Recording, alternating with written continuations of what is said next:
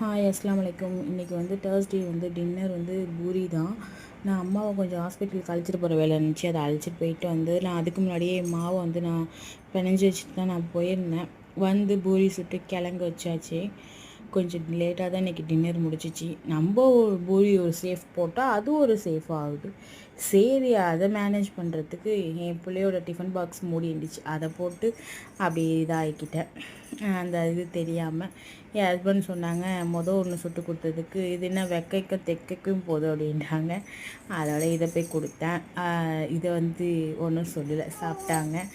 பூரி நம்மளுக்கு எந்த சேஃபுமே வர மாட்டேங்குது, எனக்கு சுத்தமாக வர மாட்டேங்குது.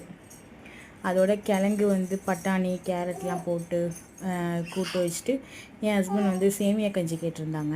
அதோட அவங்களுக்கு கொஞ்சம் சேமியா கஞ்சி வச்சு நாங்கள் டின்னர் சாப்பிட்டு முடிச்சாச்சு. உங்கள் வீட்டில் என்ன டின்னர்னு சொல்லிட்டு கமெண்ட் பண்ணுங்கள்.